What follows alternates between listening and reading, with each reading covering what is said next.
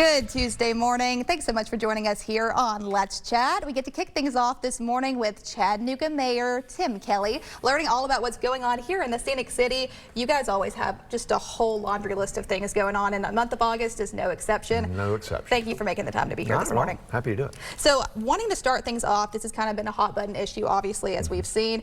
First responders, police, fire raises into that budget supplemental category of just what's going on with that. Well, again, we're asking City Council to set a new millage rate, which would be a drop from the old millage rate, but a rise from the reset millage rate. It's a complicated thing. People need to understand it, but the state resets the millage rate for property taxes back to an equalized rate for the same dollar figure as 2021. Problem is that dollar figure is not adjusted for inflation. Gotcha. And we've had significant inflation since then, and so we need to readjust it. And again, I think the city of Saudi Daisy just passed a 21% increase, and we're looking at something similar. Yeah. Our costs have actually gone up about 26%.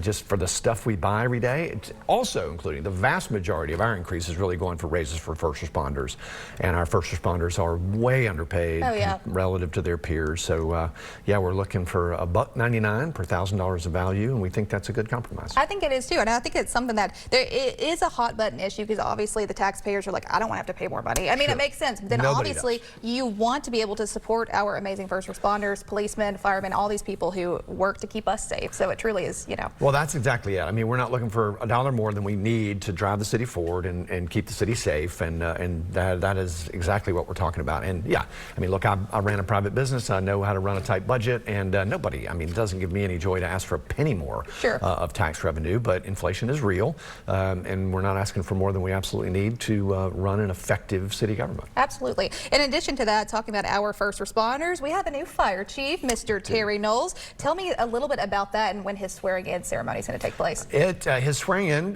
working backwards, will be later this month, but he is on the job now, and his reputation is fantastic. He is very beloved by the entire department. I will say we had some incredible applicants. That department has some really, really great talent in it, but he has a background.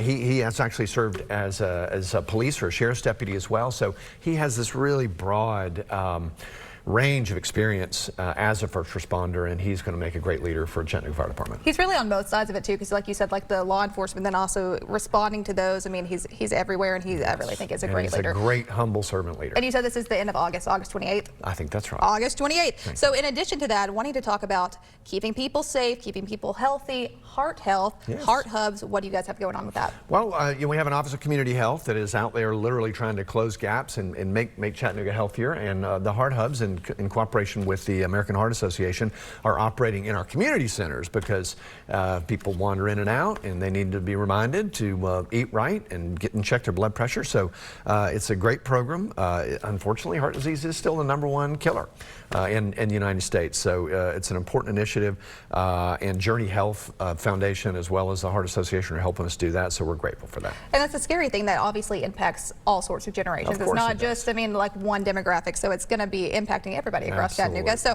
in addition to that, affordable housing, any sort of updates in that sort of department? Well, we continue to make progress there. We passed, working with the state legislature, and Senator Gardenhauer is very helpful in this regard.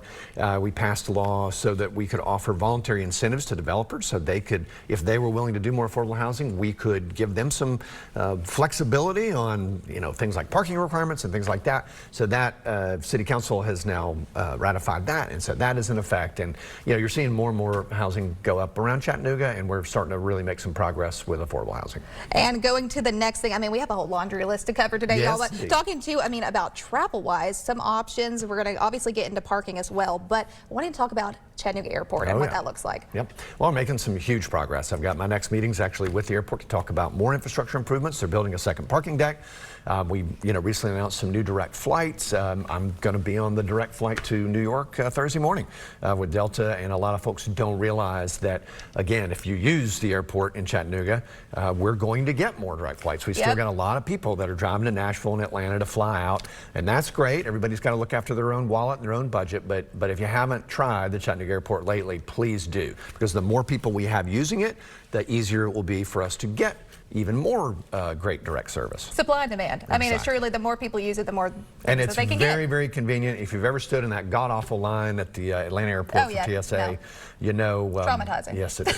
Yes, it's a headache. So if you're able to avoid that, April Cameron and their team are amazing at the Chattanooga airport. So talking more about some travel options, obviously, I'm sure you hear time and time again, there's probably been emails, social media posts, parking, what's going on with parking? Absolutely. Well, look, I came into office with this agenda, and we're finally beginning to make some progress there. If you live in the city, you are asked when you register your tag to buy a city sticker. $5, not a lot. But, you know, to this point, you didn't get anything except you possibly got a ticket if you didn't buy it. Sure. But now, if you do have a city sticker, you will start to get some free parking. CARTA just ran a pilot program. It closed, but we had 1,000 people register for the pilot, and they got up to $24 in free parking downtown. And so hopefully when this pilot's concluded, we will expand that. Yeah. Because we need more people to patronize businesses downtown, and we need parking downtown to be more convenient and easier. And so again, this is just the first move in a broader strategy that you'll see. Oh, absolutely. Well, thank you again for making the time to be here, Mayor Tim Kelly. Happy to so much on the plate at all times, and I don't know how you guys manage to keep it all afloat, but we're not bored. We're not bored. You're not bored. No. That's so true. No. For the latest information, where can we visit you guys online? Chattanooga.gov. Chattanooga.gov. That is short, simple, and easy. You can find all about the mayor's office and what is going on around the Scenic City. Stay with us. You're watching Let's Chat. We'll be right back after this.